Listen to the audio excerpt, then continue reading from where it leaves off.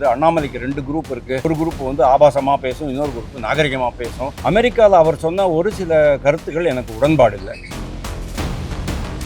29க்கு அப்புறம் நரேந்திர மோடி தொடர்வாராங்கிறது எனக்கு டவுட் தான். சார், இது வந்து கைலாசநாதர் கோவில் காஞ்சிபுரத்தில் ஓல்டஸ்ட் டெம்பிள். எனக்கு தெரிஞ்ச மாதிரி oldest temple in Tamil Nadu also. இது வந்து பல்லவன் கட்டினது.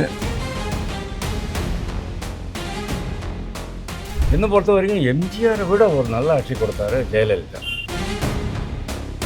இந்த ஒரு அமைப்பே கூட எப்படி இருக்குன்னு நீங்கள் பாருங்கள். இவ்வளோ பெரிய தொட்டி கரெக்டாக அந்த இதெல்லாம் பாருங்கள். இதெல்லாம் வந்து ஸ்டோன்லேயே கார்வ்டு திங்ஸ். இதெல்லாம் எக்ஸ்க்ளூசிவ்லி மேடு பை பல்லவனாக இருக்குது. இது நம்ம எங்கேயுமே பார்க்க முடியாது. நம்ம மேலே ஒரு ஸ்டோன் மாதிரி, ஹெவி ஸ்டோன் மாதிரி, அதை அழுத்தி பிடிச்சிக்கிறது. ஒரு கேனப்பி மாதிரி. ஆமாம், ஒரு ஜாடியில் மூடி போட்ட மாதிரி அழுத்தி பிடிச்சிக்கோ. அந்த ஸ்ட்ரக்சர் நான் எங்கேயுமே பார்த்துருக்கேன். விஜயனுடைய கட்சி தாவேக்கா ஒரு பெரிய குப்பை தொட்டி மாதிரி மாறின்னு இருக்கும்னு தோன்றது எனக்கு. விஜய் வர்சஸ் அண்ணாமலை அப்படிங்கிறது தான் எதிர்காலமாக இருக்க போகிறது. இப்போ சேகர் பாபு வந்து அறநிலையத்துறை அமைச்சராக இருக்கும்போது 5500 கோயில்களுக்கு நாங்கள் வந்து கும்பாபிஷேகம் பண்ணோம் அப்படின்னு சொன்னார். Is it possible humanly? ஏன்னா 5500 கோயில்கள் நீங்கள் வந்து கும்பாபிஷேகம் பண்ணுறீங்கன்னு சொன்னால் ஒரு நாளைக்கு 3 கோயில்களுக்கு பண்ணணும். ஒரு இடத்துல கூட கூட்டணி கட்சிகளுக்கு வாய்ப்பு வழங்கப்படாது. நான் சொல்கிறேன் உங்களுக்கு. ஏன்னா அவருக்கு வந்து தாவேக்கா விசில் சின்னத்தை தான் ஜெயிக்க வைக்கணும்.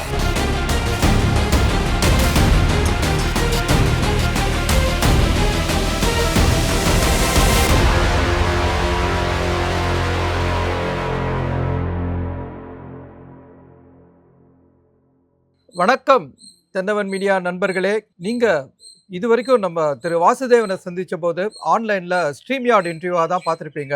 இன்றைக்கி உங்கள் கேள்விகளோட தென்னவன் மீடியா குரூ திரு வாசுதேவனை நேரடியாக சந்திக்க வந்திருக்கு. அந்த கேள்விகளோட அது மட்டும் இல்லாமல் திரு வாசுதேவன் அவர்கள் நம்மளை காஞ்சிபுரத்தில் ஒரு சில இடங்களுக்கு கூட்டிகிட்டு போகிறாரு.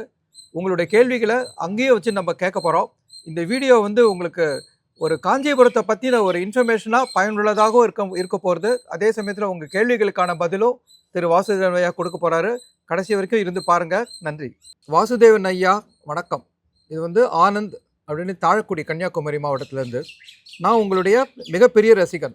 ஆரம்ப கட்டத்திலிருந்து உங்கள் பேட்டிகளை கவனித்து வருகிறேன். முதலில் தீவிர பாஜக ஆதரவாளராக இருந்த நீங்கள் தற்போது பாஜகவையே விமர்சனம் செய்கிறீர்கள். புதிய சக்திகளான தமிழக வெற்றிக் கழகம், அண்ணாமலையின் இயக்கம் போன்றவற்றிற்கு ஆதரவாக பேசுகிறீர்கள். ஸோ பாஜக ஆதரவு நிலைப்பாட்டில் பின்வாங்கி விட்டீர்களா? இது என்னை போன்ற தீவிர பாஜக தொண்டனுக்கு வருத்தத்தை அளிக்கிறது. ரொம்ப சூப்பர் கேள்வி. இப்போ ஆனந்தன் மாதிரி நிறைய பேர் என்னை ஃபாலோ பண்ணுறாங்கன்னு தெரிஞ்சால் எனக்கு ரொம்ப சந்தோஷமாக இருக்குது. அதுதான் என்னை ரொம்ப அதிகமாக ஊக்குவிக்கிறதுன்னு சொல்கிறேன். முதல்ல தென்னவன் மீடியாவுக்கு வணக்கங்கள். நீங்கள் என்னுடைய ஏரியாலே வந்து என்னுடைய கார்டன்லேயே வந்து நிற்கிறீங்க. ஒரு மாறுபட்ட ஒரு நேர்காணலாக அது இருக்க போகிறதுன்னு நான் நினைக்கிறேன்.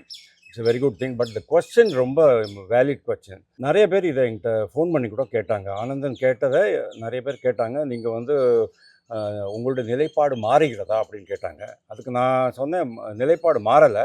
நான் ரொம்ப கிளியராக தான் இருக்கேன்.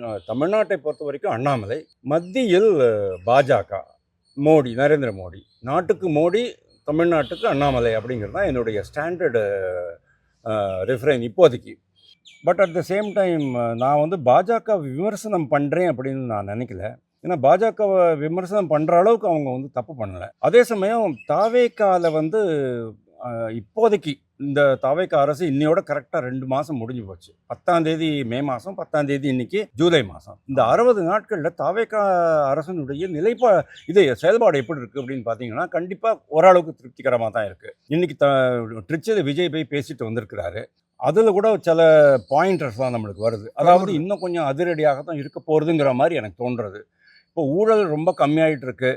அரசு அலுவலகங்களில் வந்து சாதாரணமாக கிடைக்க வேண்டிய சேவைகள்லாம், அதாவது அரசு சேவைகள்லாம் லஞ்சம் கொடுக்காமே கிடைக்கிறது நம்மளுக்கு. அது மட்டும் இல்லை சார், எங்களை உட்காந்து வச்சு பேசுகிறாங்க அப்படின்னு ஒருத்தர் சொன்னாராம். அதையும் விஜய் சொன்னது எனக்கு ரொம்பவே ஆச்சரியமாக இருந்தது. அது உண்மைதான். ஏன்னா நான் இங்கே காஞ்சிபுரம் தாலுக்கா ஆஃபீஸில் கூட நான் அதை பார்த்துருக்கேன்.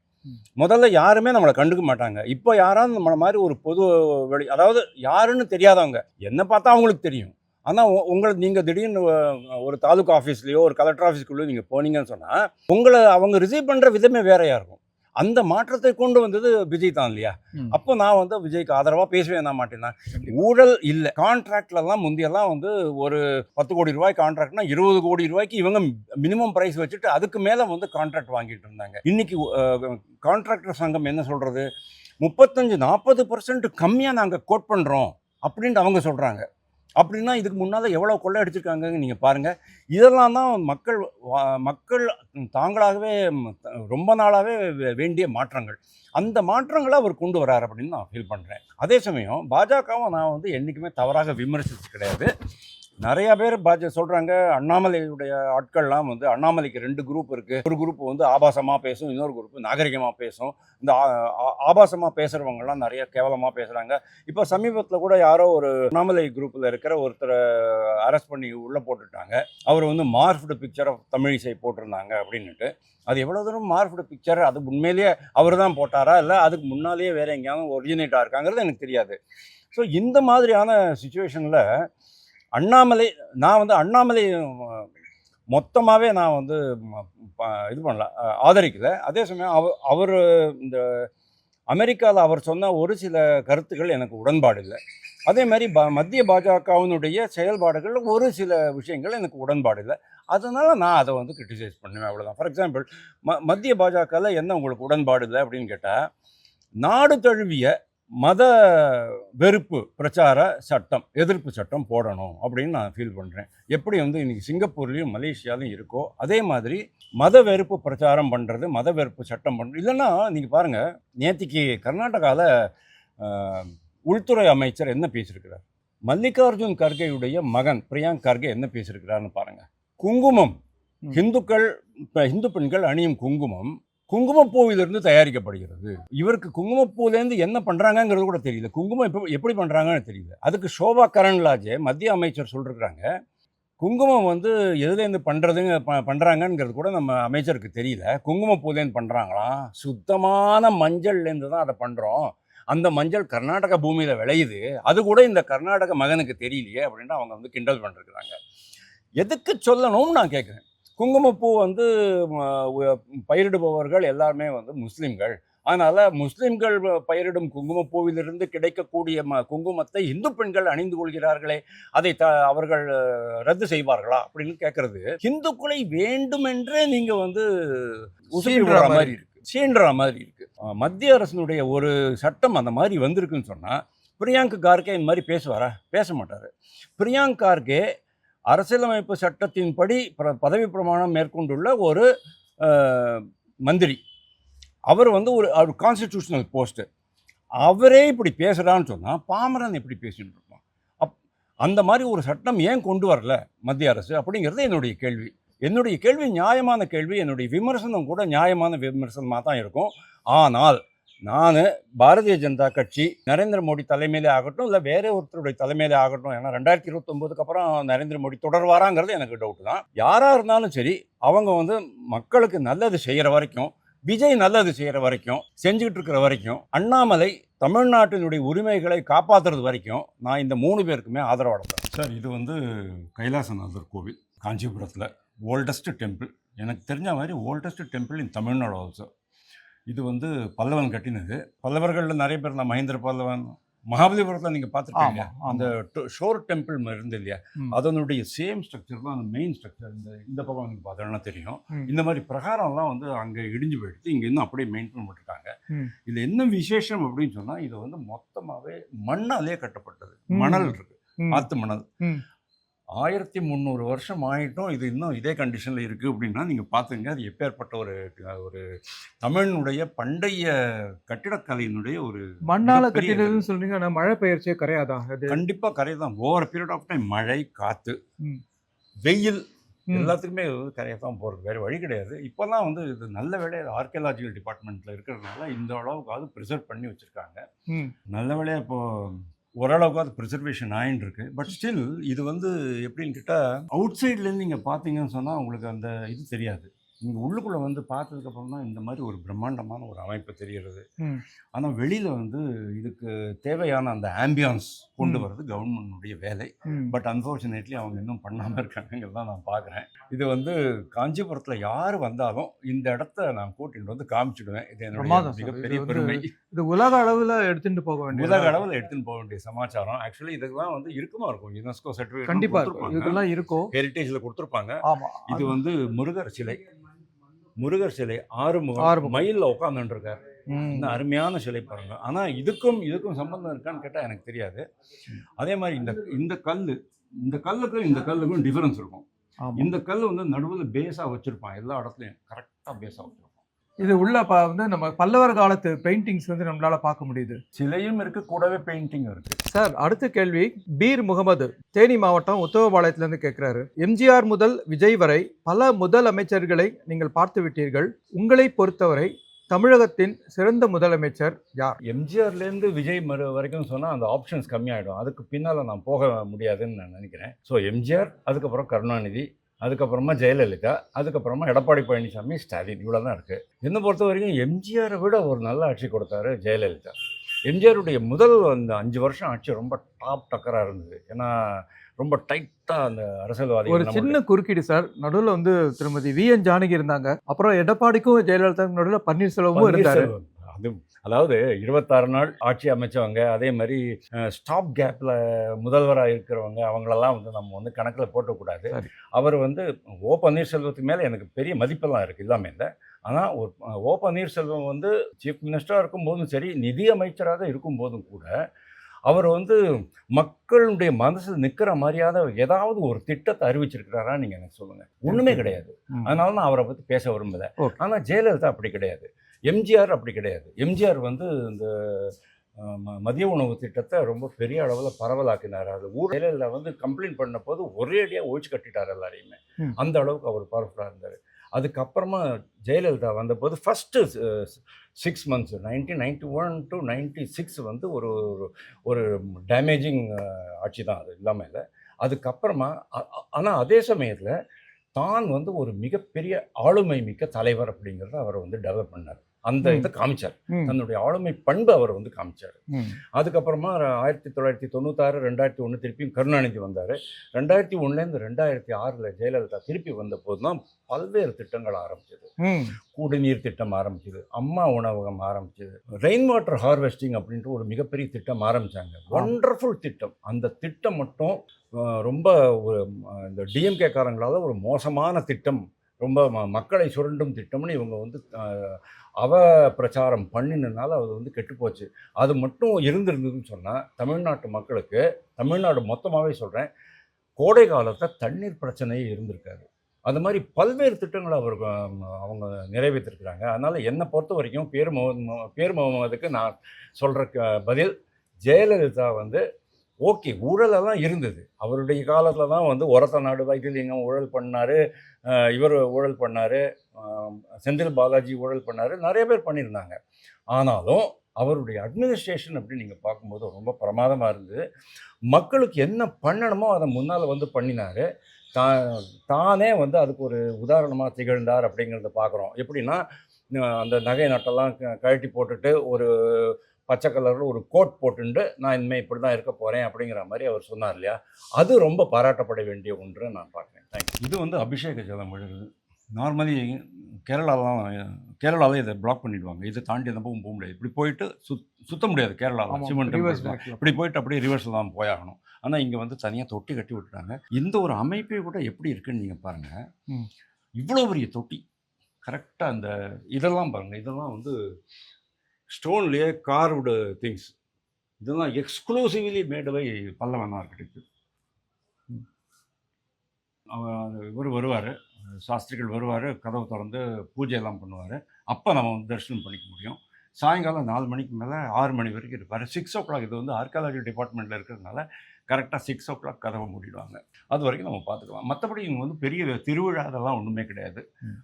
அதாவது இங்கே வழிபடக்கூடிய தெய்வத்தை இன்னும் வச்சிட்ருக்காங்கங்கிறதே வந்து ஆர்கியாலஜிக்கல் டிபார்ட்மெண்ட்டுடைய அனுமதியோடு தான்.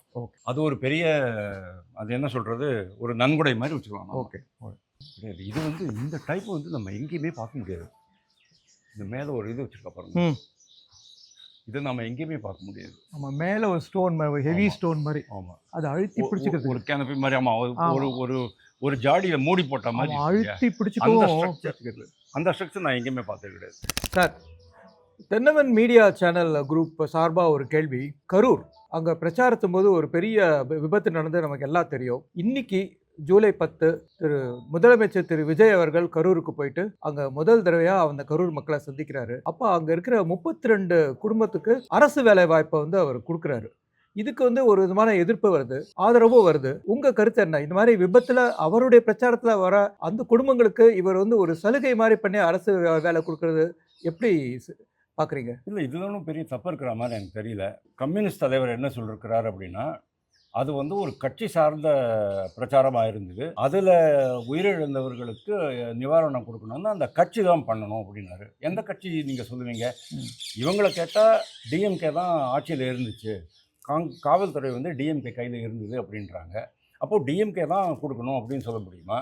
அல்லது தாவேக்கா தான் கொடுக்கணும்னு சொல்லுவாங்கன்னா யார் பொறுப்பு ஏற்றுக்கிறது? அந்த சம்பவத்திற்கு 41 பேர் இறந்த அந்த சம்பவத்துக்கு யார் பொறுப்பு ஏற்றுக்குவாங்க? எந்த பொலிட்டிக்கல் கட்சி பொறுப்பு ஏற்றுக்கும்? ஒருவேளை நம்ம சிபிஐ லீடரை சொல்கிற மாதிரியே, தமிழ்நாடு சிபிஐ லீடரை சொல்கிற மாதிரியே தாவேக்கா வந்து பொறுப்பு ஏற்றுக்கிட்டது சொன்னால் நாளைக்கு இவங்க என்ன சொல்லுவாங்க? குத்தத்தை அவங்க ஒத்துக்கிட்டாங்க அப்படின்னு சொல்லுவாங்க இல்லையா? அப்படி இருக்கும்போது இந்த மாதிரி எப்படி பேச முடியும்? யார் குற்றவாளி அப்படிங்கிறத யார் டிசைட் பண்ணுறது? நான் குற்றவாளின்னு சொல்கிறத விட கோர்ட்டு எல்லா ஆதாரங்களையும் ஆராய்ஞ்சு விசாரித்து அதுக்கப்புறமா ஒரு தீர்ப்பு சொல்கிறது தான் கரெக்டு. அது வரைக்கும் வெயிட் பண்ணிட்டு தான் ஆகணும். அதே மாதிரி இன்னொன்று சொல்லிருக்கிறார் அவர், இந்த மாதிரி சம்பவங்களுக்கெல்லாம் வந்து நஷ்ட ஈடு கொடுக்கறத மக்களுடைய வரிப்பணத்தின் மூலமாக கொடுக்கறத அரசியல் அமைப்பு சட்டம் ஏற்றுக்கொள்ளாது அப்படிங்கிறாரு. இது எப்படி அரசியலமைப்பு சட்டம் ஏற்றுக்கொள்ளாதுன்னு சொல்ல முடியும்? அரசியலமைப்பு சட்டத்தில் எங்கே சொல்லியிருக்கு உங்களுக்கு? என்னை பொறுத்த வரைக்கும் இது வந்து முதல்வருடைய எக்ஸ்க்ளூசிவ் ப்ரிராகட்டிவ். ஸ்டெர்லைட்டில் துப்பாக்கி சூடு நடந்தது தூத்துக்குடியில் 2020. அதில் 6 பேர் செத்து போனாங்க. அதுக்கு இவர் மு.க. ஸ்டாலின் பதவியேற்ற உடனே தூத்துக்குடியில் போயிட்டு அந்த 6 குடும்பத்தினருக்கும் வேலை வாய்ப்பு கொடுத்தாரு. அப்போ அதுவும் ஒரு பொலிட்டிக்கல் ஈவெண்ட் மாதிரி தானே. ஏன்னா பொதுமக்கள் போராட்டம் நடத்துகிறாங்க. அதிமுக ஆட்சியில் இருக்குது, டிஎம்கே வந்து எதிர்கட்சியில் இருக்குது. அப்போது அரசியல் கட்சி தான் எடுத்துக்கணும் அப்படின்னு சொன்னால் அன்றைக்கி அதிமுக எடுத்துக்கணும், அப்படின்னு சொன்னால் டிஎம்கே எடுத்துக்கணும், பர்சனலாக எடுத்துக்கணும். அப்போ மட்டும் நீங்கள் வந்து மக்களுடைய வரிப்பணத்து மேலே போடுவீங்க, சுமை போடுவீங்க. ஆனால் இப்போ வந்து 41 பேருக்கு மக்கள் வரிப்பணத்தின் மேலே சுமை போடக்கூடாது அப்படின்னு சொன்னோன்னா அது தப்பு. அதாவது ஸ்டாண்டர்டாக ஒரே ரூல் இருக்கணும். என்னை பொறுத்த வரைக்கும் இது மனிதாபிமான அடிப்படையில் விஜய் அரசு செய்கிறது தான். எவ்வளோ போஸ்ட் இருக்குது கவர்மெண்ட்டில்? 13,50,000 போஸ்ட்டு சேங்ஷன்டு போஸ்ட்டு தமிழ்நாட்டில் அரசு வேலைகள், அரசு பணிகள். அதில் இன்றைக்கி வந்து 9.5 லட்சம் அரசு பணிகள் இருக்கிறாங்க. இந்த 9.5 லட்சத்தில் 41 பேர் ஆட் பண்ணுறதுனால ஒரு மிகப்பெரிய இழப்பு ஏற்பட போகிறது இல்லை. நாளைக்கு அவங்களும் வந்து அரசு பணியில் இருப்பாங்க, அவங்களுடைய பொறுப்புகளை நல்லபடியாக நிர்வகிப்பாங்க. அவங்க வந்து இந்த அரசுக்கு ரொம்ப லாயலாக வேறு இருப்பாங்க. இதெல்லாத்தையும் விட மனிதாபிமானம் அப்படிங்கிற ஒரு விஷயம் இருக்குது. அந்த விஷயத்துக்கு இந்த விஜயனுடைய நடவடிக்கையை கரெக்டாக நியாயப்படுத்த முடியும் தான் நான் நினைக்கிறேன். சார், அடுத்த கேள்விக்கு போகலாம். பேம் சாம் அப்படிங்கிறவங்க கேட்டிருக்காங்க, தொழில்துறை அமைச்சர், பல மொழிகள் தெரிந்தவர், அமைச்சர் கீர்த்தனாவை சொல்றாங்கன்னு நினைக்கிறேன். குழந்தைகளிடம் ஃபில் இன் த பிளாங்க்ஸ் மாதிரி வாட் இஸ் யுவர் ஃபாதர் அப்படின்னு அவங்க கேட்கறது சரியா? இல்லை, நான் பார்த்தேன் அந்த வீடியோ, பல முறை போட்டு பார்த்தேன். அவர் எந்த விதத்துலையும் அந்த குழந்தையை இன்சல்ட் பண்ணுற மாதிரியோ இல்லைன்னா அந்த டீச்சரை இன்சல்ட் பண்ணுற மாதிரியோ பேசலை சார். சாதாரணமாக ஒரு ஸ்கூலில் போயிருக்கிறாங்க. ஒரு அமைச்சர் அப்படின்னு சொன்னால் அவங்க எங்கே வேணாலும் போகிறதுக்கான அதிகாரம் இருக்குது. அதாவது துறை சார்ந்த இடத்துக்கு தான் போகணுங்கிற அவசியம் இல்லை, துறை இல்லாத இடத்துக்கும் போகலாம், தப்பு கிடையாது. போன இடத்துல ஒரு ஆய்வு நடத்திருக்கிறாங்க. என்ன what is the standard, general standard என்ன அப்படிங்கிறத அவங்க நடத்திருக்கிறாங்க. அவங்க கேட்டிருக்காங்க, உன்னுடைய வாட்ஸ் யுவர் ஃபாதர் அப்படின்னு கேட்டதுக்கு அந்த பொண்ணுக்கு பதில் சொல்ல முடியல. ஆக்சுவலி இதைத்தான் நம்ம வந்து எக்ஸ்போஸ் பண்ணணும். கரெக்டாக அவங்க எக்ஸ்போஸ் பண்ணிருக்காங்க. அதாவது அரசு பள்ளிகளில் அல்லது அரசு எய்டட் அரசு சலுகை உள்ள அந்த எய்டட் ஸ்கூல்ஸில் ஆசிரியர்கள் ப்ளஸ் மாணவர்களுடைய உண்மையான தரம் என்ன அப்படிங்கிறது நம்மளுக்கு எப்படி தெரியும்? நம்ம எல்லாருக்குமே தெரிஞ்சது தான். ஆனால் நம்ம அந்த மாதிரி போயிட்டு ஆய்வு பண்ண முடியாது.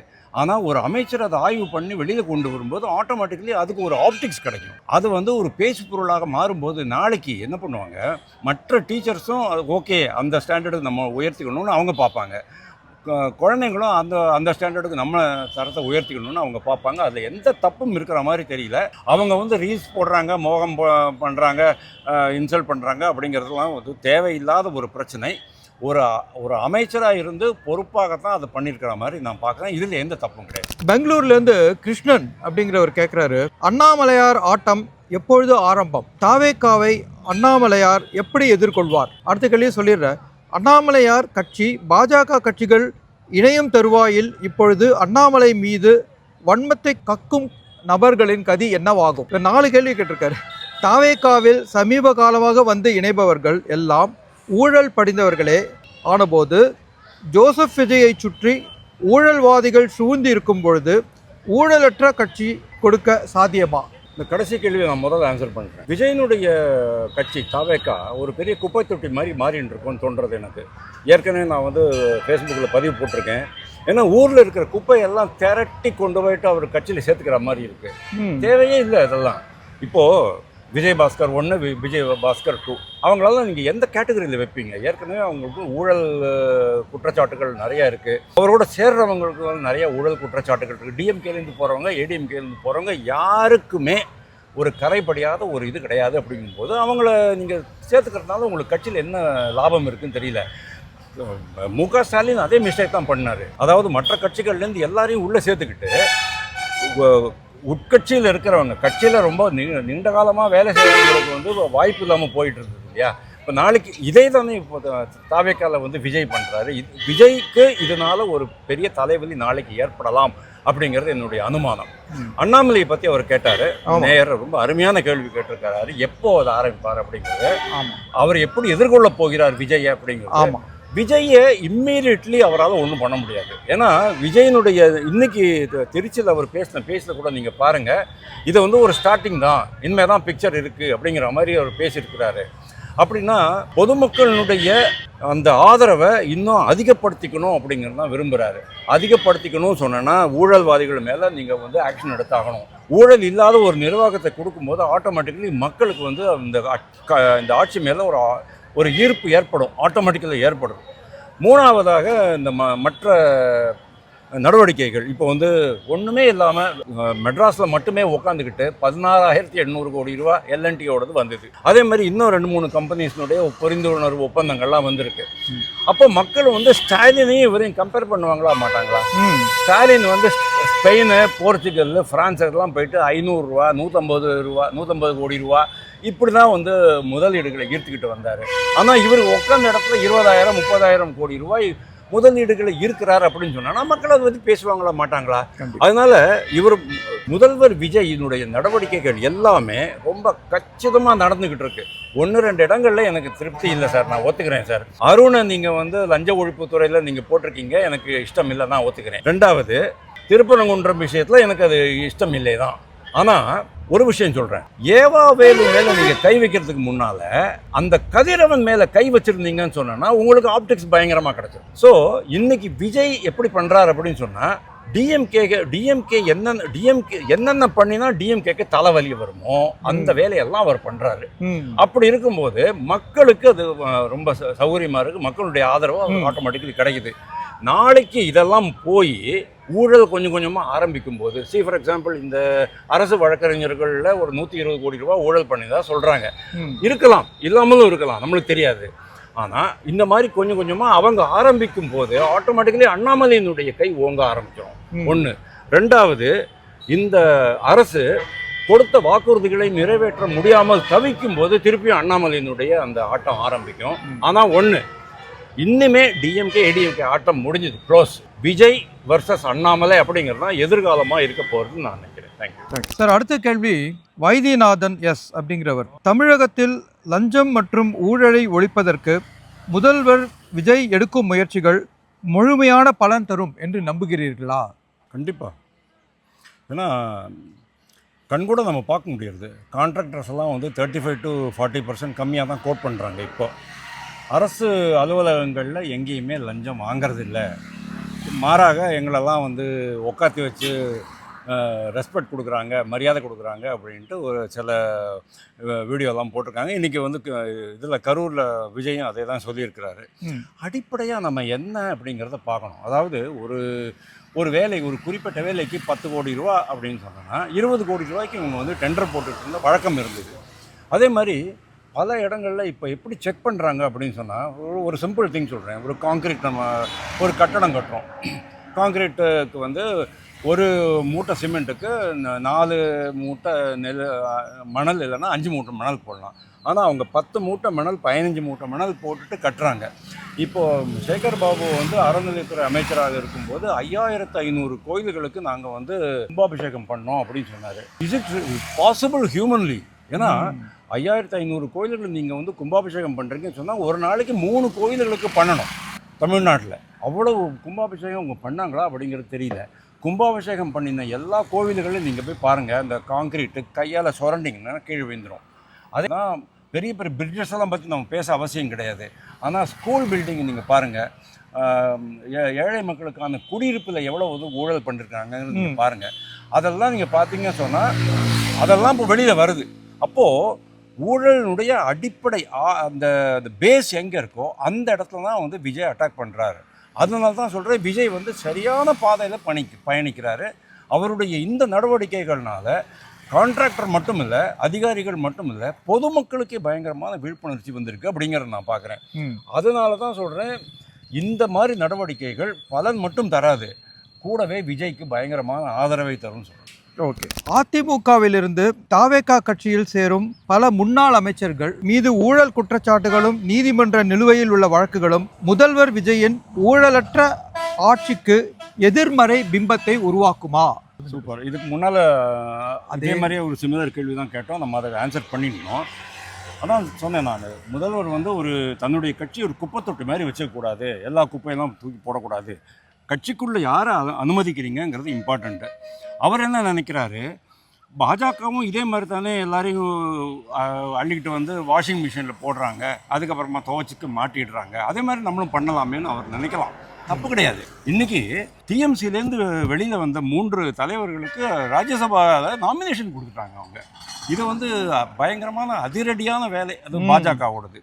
பாஜகவில் இன்னொரு முக்கியமான ஒரு பாயிண்ட் என்ன அப்படின்னா, நரேந்திர மோடியால் நீங்கள் அதை பண்ண முடியும். நரேந்திர மோடியினுடைய அமைச்சரவையில் ஒருத்தர் ஜாயின் பண்ணுறாங்க, நாளைக்கு கனிமொழியை ஜாயின் பண்ணுறாங்க, சுப்ரியா சூலை ஜாயின் பண்ணுறாங்க அப்படின்னா அவங்களால எந்த ஊழலையும் பண்ண முடியாத அளவுக்கு நரேந்திர மோடிக்கு ஃபுல் கண்ட்ரோல் இருக்கும். ஏன்னா every activity will be monitored by PMO. அந்த அளவுக்கு இவருக்கு நிர்வாக திறமை இருக்கா, அந்த அளவுக்கு செல்வாக்கு இருக்கா, தன்னுடைய கட்சிக்குள்ளேயே செல்வாக்கு இருக்கா, அரசியல் செல்வாக்கு இருக்கா, அல்லது அதிகாரிகள் மத்தியில் செல்வாக்கு இருக்கா அப்படின்னு நான் கேட்குறேன். அப்போது எல்லாமே நரேந்திர மோடி மாதிரி தான் இவர் பண்ணிகிட்டு இருக்கிறாரு. நரேந்திர மோடி மாதிரியே அதிகாரிகளுடைய கூட்டத்தை கூட்டுறாரு. நீங்கள் வந்து எனக்கு வந்து இது போடுங்க, பவர் பாயிண்ட் ப்ரெசன்டேஷன் பண்ணுங்க, அடுத்த 10 வருஷத்தில் இதெல்லாம் பண்ணணும், உங்கள் துறையில் என்னென்னலாம் பண்ணணும்னு கேட்குறாரு. அதெல்லாம் நரேந்திர மோடி பண்ணுற மாதிரியே இருக்குது. ஆனால் இந்த மாதிரியான ஊழல்வாதிகளை உள்ளே சேர்த்துக்கிறதுனால நாளைக்கு விஜய்க்கு கண்டிப்பாக ஒரு பிரச்சனை ஏற்படலாம். ஏன்னா எல்லாருமே நரேந்திர மோடி மாதிரியோ அல்லது யோகி ஆதித்யநாத் மாதிரியோ இருக்க முடியாதுங்கிறது எனக்கு. ஓகே. அடுத்த கேள்வி, தமிழக விவசாயிகளின் உற்பத்தியை பாதுகாத்து அவர்களுக்கு சேர வேண்டிய கணிசமான லாபத்தை பெற்றுத்தர தாவேகா அரசு என்ன நடவடிக்கை எடுக்கும்? வரப்போகும் பட்ஜெட்டில் இது பற்றிய அறிக்கை ஏதாவது வருமா? விவசாயிகளுடைய உற்பத்திக்கு ஏற்கனவே உங்களுக்கு குறைந்தபட்ச ஆதார விலை அப்படிங்கிறதுக்கு, மினிமம் சப்போர்ட் ப்ரைஸ் அப்படிங்கிறதுக்கு எம்எஸ்பி, அது வந்து மத்திய அரசு கொடுக்கறது தான். அதிலே நீங்கள் ஒரு 1 or 2 rupees எக்ஸ்ட்ரா கொடுக்கலாம், தப்பு கிடையாது. மு.க. ஸ்டாலினுடைய பழைய ஆட்சியில் வந்து விவசாயிகளுக்கு ஏகப்பட்ட பிரச்சனை இருந்தது. அவங்களுக்கு வந்து குறைந்தபட்ச ஆதார விலை கிடைக்காதது மட்டும் இல்லை, ஒரு மினிமம் சப்போர்ட் ப்ரைஸ் ஃபார் மாம்பழம் வந்து ரொம்ப பயங்கரமான விளைச்சல் ஆகிட்டு ஆந்திர பிரதேஷில் வாங்கலை அப்படின்னு ஒன்று, இங்கெல்லாம் மாம்பழத்தை ரோட்டில் கூட்டிகிட்டு போயிட்டாங்க. அவங்க கேட்டது 4 ரூபா ஒரு கிலோவுக்கு. அந்த 4 ரூபாய் கூட கொடுக்க முடியாத அளவுக்கு அவர் போயிட்டு இருந்தது. அதனால் விவசாய பொருட்களை பொறுத்த வரைக்கும் விவசாயிகளுக்கு வந்து சந்தையை நம்ம வந்து விரிவாக்கம் பண்ணணும். அதை தான் நரேந்திர மோடி பண்ணினார். ஆமாம், அதுக்கு தான் வந்து விவசாயிகள், அதாவது காங்கிரஸால் தூண்டப்பட்ட விவசாயிகள் போராட்டம் நடத்தி வாபஸ் ஆயிடுச்சு. கரெக்ட், அது வாபஸ் பண்ணிட்டாங்க. ஆனால் நரேந்திர மோடி அதை மறைமுகமாக பல்வேறு சமயங்களில் பண்ணிட்டு வந்திருக்கிறாருங்கிறது பார்க்குறோம். நாடு முழுவதும் ஒரே சந்தை தான். நாடு முழுவதும் இப்போ இங்கே விளையிற தக்காளியையும் மிளகாயையும் மஞ்சளையும் அஸ்ஸாமில் கொண்டு போய் விற்க முடியும் அப்படின்னு சொன்னால் அதுக்கு காரணம் அதுக்குன்னு ஒரு டெடிகேட்டட் காரிடார் இருக்குது இன்றைக்கி. அதே தான் தமிழ்நாட்டிலையும் இருக்குது. அப்படி இருக்கும்போது தமிழ்நாட்டில் ஸ்பெஷலாக இவங்களுக்கு எதாவது ஒன்று பண்ணணுமா அப்படின்னு கேட்டால் அதுக்கு அவசியம் கிடையாதுங்கிறது என்னுடைய point. But at the same time தமிழ்நாட்டு விவசாயிகளுக்கு இன்றைக்கி என்ன வேணும் அப்படின்னா நிலத்தடி நீர் ஒன்று, ரெண்டாவது நீர்ப்பாசனம் காவேரியில், அதாவது இந்த காவேரி படுகை பகுதியில் டெல்டா பகுதியில் தண்ணி வராதனால உங்களுக்கு வந்து டிஎம்கே ஆட்சியில் கூட வந்து கிட்டத்தட்ட 3.5 லட்சம் ஏக்கரில் குறுவை பயிர்கள் கருகி போச்சு சார். நாங்கள் பார்த்துருக்கோம் சார் தஞ்சாவூர் பகுதியிலலாம். அப்போ கூட அவங்களால ஒன்றுமே பண்ண முடியல, முக ஸ்டாலினால ஒன்றுமே பண்ண முடியல. இப்போ இவங்க எதாவது பண்ண முடியுமா அப்படிங்கிறத பார்க்கணும். அவங்களுக்கு வந்து இந்த பொருட்களை கொண்டு போய் விற்கிறது பெரிய ப்ராப்ளம் கிடையாது சார். பொருட்களை உற்பத்தி பண்ணுறது தான் அவங்களுக்கு ஜாஸ்தி ப்ராப்ளமாக இருக்குது. அதாவது there are production problems that have to be address first. அதுக்கப்புறம் தான் நீங்கள் வந்து மார்க்கெட்டிங் ப்ராப்ளம்ஸை அட்ரஸ் பண்ணணும். அதே சமயம் விடியல் ஆட்சி, அதாவது டிஎம்கே ஆட்சியில் இன்னொரு மிகப்பெரிய கோல்மால் என்ன பண்ணாங்க அப்படின்னு சொன்னோன்னா கொள்முதல் நிலையங்களில் பண்ணுது. அங்கே கொள்முதல் நிலையங்களில் போனீங்கன்னா ஒரு மூட்டைக்கு 40 ரூபா அவனுக்கு கொடுக்க வேண்டியிருக்கு. எல்லாமே மழை வெயில பார்த்துட்டு இருக்கோம். டார்பாலின் கிடையாது. மத்திய அரசு எவ்வளவோ திட்டங்கள் கொண்டு வந்திருக்கு கோடவுன் கட்டுறதுக்கு, ரூரல் கோடவுன் ஸ்கீம் அப்படின்ட்டு பேங்க்கில் வந்து லோன் கொடுக்குறான். இதை தவிரவும் அவங்க வந்து 83 கோடி ரூபா லோன் கொடுத்துருக்குறாங்க ரூரல் கோடவுன் கட்டுறதுக்கு எல்லா இடத்துலையுமே. அதெல்லாம் கட்டலை. எல்லாம் அப்படியே மழையிலும் வெயிலும் இருந்து அந்த மூட்டைக்குள்ளே இருக்கிற நெல் முளைச்சி வெளியில் வந்ததான் நம்ம பார்த்தோம். அதுக்கப்புறமா அதை டிரான்ஸ்போர்ட் பண்ணுறதுல ப்ராப்ளம், நீர்ப்பதம் அதிகம் அப்படிங்கிறதுனால அதை ரிஜெக்ட் பண்ணுற ப்ராப்ளம், இந்த மாதிரி ஏகப்பட்ட ப்ராப்ளம்ஸ் அவங்களுக்கு இருந்தது. இது எல்லாமே இவங்க சரி பண்ணணும். நம்ம என்ன நெல் கொள்முதல்னா புதுசாக இப்போ தான் பண்ணுறோமா? இல்லையே, 60 வருஷமாக பண்ணிட்டு இருக்கோமே. இங்கேயே இருக்கிற சீனியர் அதிகாரிகளுக்கு, சீனியர் அமைச்சர்களுக்கு நல்லாவே தெரியுமே அதை எப்படி பண்ணணும் அப்படின்ட்டு. ஆனால் திட்டமிடல் சரியில்லை, எல்லாத்துலேயுமே ஊழல் பண்ணணும். அந்த டிரான்ஸ்போர்ட்டில் கூட நீங்கள் பாருங்கள், டிரான்ஸ்போர்ட்டில் வந்து அண்ணாமலை ரொம்ப கரெக்டாக சொல்லியிருந்தார். 123 கோடி ரூபாய் ஊழல் டிரான்ஸ்போர்ட்டில் மட்டுமே நடந்துருக்குது அப்படின்ட்டு. அதுக்கப்புறம் நீங்கள் பார்த்தீங்கன்னு சொன்னால் அது அந்த கொள்முதல் அந்த பணம் கிடைக்கணும் இம்மீடியட்லி அவங்களுக்கு. சரி, மினிமம் சப்போர்ட் ப்ரைஸ் அப்படிங்கிறது என்ன? மார்க்கெட்டில் விலை விழும்போது, கீழே விழும்போது நீங்கள் ஒரு சப்போர்ட் பண்ணி அந்த விலையை கொடுக்குறீங்க, வாங்கிக்கிறீங்க. அந்த பணம் அவங்களுக்கு போய் சேரணும் இல்லையா? அந்த பணம் வந்து விவசாயிகள்கிட்ட போகிறதுக்கு கூட டிலே ஆகிடுச்சு சொன்னால் நம்ம என்ன பண்ண முடியும்? இந்த மாதிரி பல பிரச்சனைகள் இருக்குது. எனக்கு என்னமோ இந்த ட்ரிப்பு இவங்க இதுக்காக நீங்கள் தனி பட்ஜெட் போட அவசியம் இல்லை சார். முக ஸ்டாலினுடைய ஃபஸ்ட்டு வருஷத்தில் வந்து விவசாயிகளுக்கு தனி பட்ஜெட் அப்படின்னு போட்டாரே தவிர அதனால விவசாயிகளுக்கு எந்த பலனும் இருக்கலை, தேவையே கிடையாது. ஆனால் நீங்கள் இந்த மாதிரியான முறைகேடுகளெல்லாம் நீங்கள் சரி பண்ணீங்க அப்படின்னு சொன்னாலே ஆட்டோமேட்டிக்லி விவசாயிகள் சந்தோஷமாக இருப்பாங்கங்கிறது என்னுடைய கருத்து. சார், இப்போ காங்கிரஸில் வந்து புது தலைமை வந்திருக்கு. மாணிக்கம் தாக்கூர் செல்வ பிறந்தைக்கு அப்புறம் வந்து தலைவராக இருக்காரு. ஸோ அப்போ காங்கிரஸோட இந்தியா முழுக்க ஓஞ்சு போன இந்த கட்டத்தில் தமிழ்நாட்டில் தவேக அரசில் அவங்க ஆட்சியிலையும் பங்கு பெறுறாங்க, ஒரு தலைமை மாற்றமும் தெரியுது. இது காங்கிரஸுக்கு ஏதாவது ஒரு புத்துணர்ச்சி கொடுக்கறதுக்கான வாய்ப்பா? Absolutely not. அது செல்வ பெருந்தகையாக இருக்கட்டும், கேஎஸ் அழகிரியாக இருக்கட்டும், அல்லது ஜிகே வாசன் திருப்பியும் காங்கிரஸ் ஜாயின் பண்ணி அவர் தலைவராக வந்தாலும் சரி, காங்கிரஸ் கட்சி திருப்பி மீண்டு எழுவதற்கான வாய்ப்புகள்லாம் ரொம்ப ரொம்ப கம்மி. ரெண்டாவது பாயிண்ட் என்ன அப்படின்னா, இவங்க வந்து தனியாக கட்சி வளர்க்க போகிறதில்ல. அவங்க என்ன பண்ண போகிறாங்க? விஜய் மேலே டிபெண்ட் ஆகிருக்க போகிறாங்க. இப்போ விஜய் வந்து உங்களுடைய கட்சி வளர்க்கறதுக்கு பாடுபடுவாரா, அவருடைய கட்சியை வளர்க்க பாடுபடுவாரா? எந்த ஒரு கட்சியும் சரி இன்னொரு கட்சியை சார்ந்து இருந்ததுன்னு சொன்னா அதிகமாக வளர முடியாதுங்கிறத நம்ம டிஎம்கே கூட்டணியிலே பார்த்தோம். கம்யூனிஸ்ட்டு, விசிக, மதிமுக இந்த மாதிரி கட்சிகள் எல்லாமே வளர முடியாமல் 1 சீட்டு 2 சீட்டு மேக்சிமம் 6 சீட்டுக்கெல்லாம் குறுகின அந்த இதை நம்ம பார்த்தோம். அப்படி இருக்கும்போது விஜயனுடைய ஆட்சியில் பெருசாக வளர்ந்துருவோம் அப்படின்னு சொன்னால் நம்ப தகுந்த மாதிரி இல்லை. ஏன்னா வாய்ப்புகளே இல்லை உங்களுக்கு. ஏன்னா விஜய்க்கு வந்து தன்னுடைய கட்சியை வளர்த்துக்கணும் தான் பார்ப்பாரு. இப்போ கூட நான் சொல்கிறேனே, இந்த இடைத்தேர்தலில் ஒரு இன்னைக்கு வரைக்கும் 8 இடைத்தேர்தல்கள் வச்சுக்கோம். இன்னும் ஒரு மாதத்தில் அந்த தேர்தல்கள் அறிவிப்பதற்கு முன்னாலேயே இன்னொரு 4-5 பேர் ரிசைன் பண்ணிட்டு ஒரு 15 வரைக்கும் போகிறதுன்னு வச்சுக்கோங்க. 15 இடைத்தங்களில் இடைத்தேர்தலில் கூட ஒரு இடத்துல கூட கூட்டணி கட்சிகளுக்கு வாய்ப்பு வழங்கப்படாது. நான் சொல்கிறேன் உங்களுக்கு. ஏன்னா அவருக்கு வந்து தாவேகா விசில் சின்னத்தை தான் ஜெயிக்க வைக்கணும். அப்போ தான் வந்து நம்ம விடுதலை சிறுத்தைகள் திருமாவளம் முன்னுக்கு முரணாக பேசுகிறாரு பாருங்க, நாங்கள் எப்போ வேணாலும் ஆட்சியில் வந்து வெளில போயிடுவோம், அமைச்சரவை ரிசைன் பண்ணிட்டு வெளில வந்துடுவோம் அப்படிங்கிறார் பாருங்க. சிபிஎம் சிபிஐ டெய்லி பேசிஸில் ஏதாவது ஒரு ஸ்டேட்மெண்ட் கொடுத்துக்கிட்டே இருக்காங்க பாருங்க. அவங்களுக்கு வந்து கரூரில் மரணம் ஏற்பட்டவர்களுக்கு அரசு பதவி கொடுக்கக்கூடாது அப்படின்னு சொல்கிறாங்க. மத்திய அரசுக்கு எதிராக போராடணும் அப்படிங்கிறாங்க. மாநில அரசினுடைய உரிமைகள் மேகதாது அது இதெல்லாம் பேசிகிட்டு இருக்காங்க. அதனால் இவங்களுடைய தொல்லை அதிகமாகிட்டு இருக்கு விஜய்க்கு. அப்படி இருக்கும்போது உங்களுடைய கட்சியை வளர்த்து எனக்கு என்ன லாபம், என்னுடைய கட்சியை தான் நான் வளர்ப்பேன் அப்படிங்கிறது தான் விஜயினுடைய இடத்துல நான் இருந்தேன்னு சொன்னால் அதான் சார். நேயர்களே, இவ்வளவு நேரம் நீங்கள் எங்களோட திரு வாசுதேவனோட இணைஞ்சு காஞ்சிபுரமும் உத்தரமேரூர்லையும் பயணிச்சு, அதே சமயத்தில் இந்த கேள்விகளையும் நீங்கள் வந்து எங்களுக்கு அனுப்பிச்சு இந்த நிகழ்ச்சிக்கு ஆதரவு தந்ததுக்கு நன்றி. இதை பற்றிய கருத்தை நீங்கள் வந்து கமெண்ட் செக்ஷனில் பதிவிடுங்க. நம்ம சேனலுக்கு சப்ஸ்கிரைப் செய்து மேலும் ஆதரவு தாருங்க. மேலும் இது போல விருந்தினர்களை நம்ம வெளி இடத்துல சந்தித்து பல கேள்விகளை கேட்போம். வணக்கம், நன்றி. வணக்கம்.